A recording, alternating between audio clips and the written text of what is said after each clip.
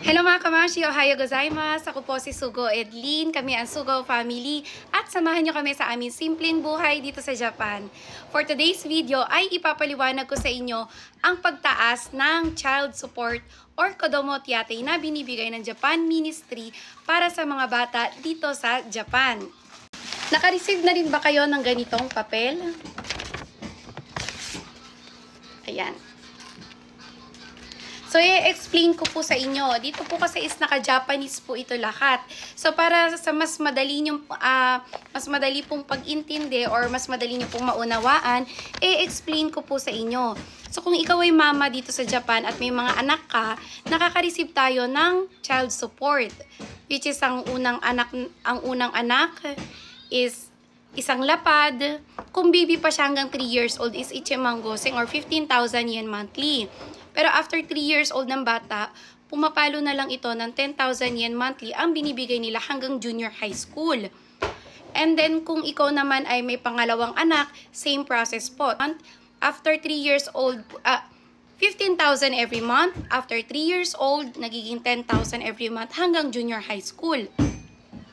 So, kapag naman ikaw ay may pangatlong anak, ang binibigay po nila is 15,000 yen monthly na po. Sa pangatlo po ito na anak, 15,000 yen monthly. At after 3 years old niya, hindi na ito magbabago. Zazuto na po ito hanggang junior high school ng bata. Ito yung currently na nare-receive natin na child support or kodomo tiyate.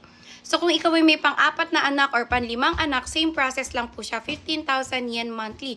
This is the current. But nagkaroon na po ng bagong news. Ito po ay matagal na po itong naririnig nating balita. But finally, talaga pong naaprubahan na siya this year from October. So, ito na po. This year from October na po. So, nagkaroon po ng malaking changes at malaking tulong po ito para sa ating lahat ng mga nanay na may anak dito sa Japan. So, ito po yung ginawa ng Japan Ministry upang ang mga nanay or ang mga nanay ay magkaroon ng porsige na gumawa ng anak dahil nga sa palit ng population ng Japan at ayaw talaga nilang maggawa ng baby. So, dito sa Japan kasi madalas is more on relationship lang sila, hindi na rin sila nagpapakasal, hindi na rin sila bumubuo ng pamilya. So, mas pinipili nila yung trabaho lang at mag-isa lang talaga.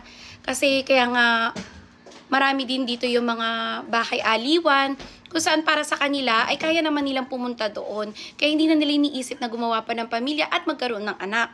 So gustong mabago ng Japan Ministry yun at gusto nila na palawakin pa ang tulong na pwedeng ibigay para sa mga magpapalaki ng bata. So starting this year from October, ang bawat bata po, ang una at pangalawang anak ay makaka-receive po ng benefits na 15,000 yen from born hanggang 3 years old. At pagtungtong nila ng 3 years old pataas ay makaka-receive sila ng child support na 10,000 yen. So ito po ay hindi nagbago. Zuto lang po ito, as is po siya. So, ang nagkaroon po ng revised na child support is manggagaling or magsisimula sa pangatlong anak, pang-4, pang-5. At ito ay magtutuloy hanggang senior high school na ng bata. At kapag may pangatlo kang anak, third child, kapag may third child ka naman po, ang nare-receive niya currently is 15,000.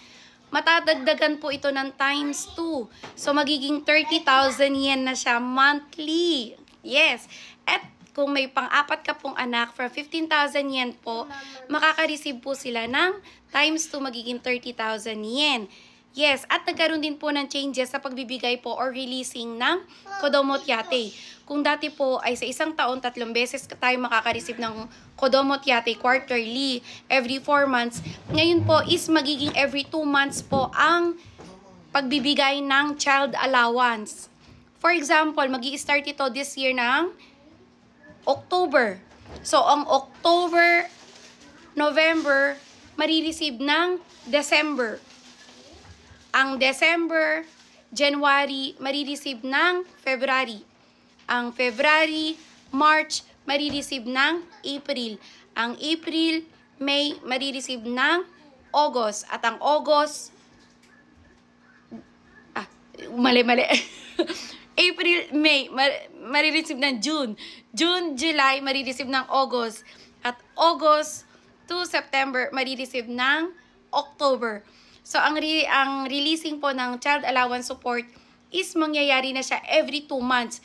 Every December, February, April, June, August, and October po again.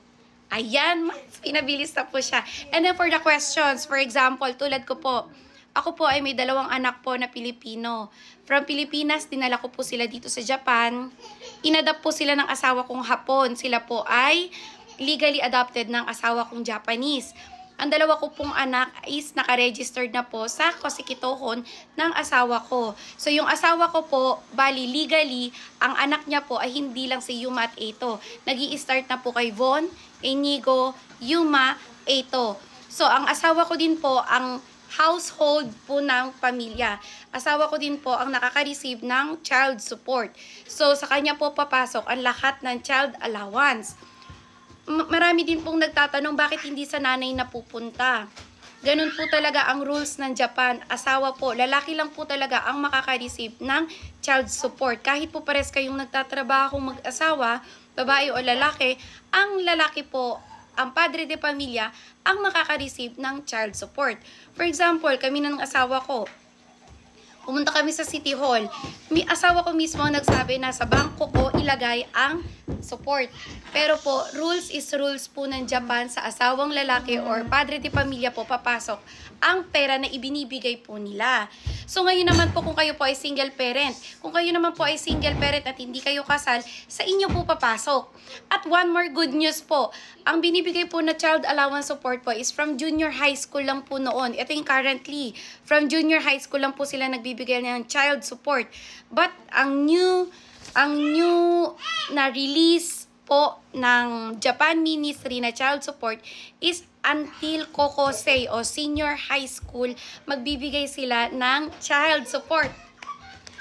But for the Kokosei po, is magkakaroon po ito ng Shinsei. So, kinakailangan nyo pong i-apply ito, pumunta sa City Hall para ipa-approve. So, may mga hingin sila sa inyong requirements. Kasi nga po, mas mahal na po ang pagpapaaral sa senior high school. Ngayon, kung kayo po ay nakareceive ng ganitong papel, at kung kayo ay may anak na hanggang junior high school lang po, wala na po kayong kailangan pang i-dalhin or i-report or igawa ng Shinsei po. So, namama na po ito. So, marireceive natin ngayon ng October yung previous na child support. And then, from October to November, makaka-receive po tayo ulit ng child support sa December. Maraming salamat po. Sana may naunawaan po kayo. Thank you. Bye-bye!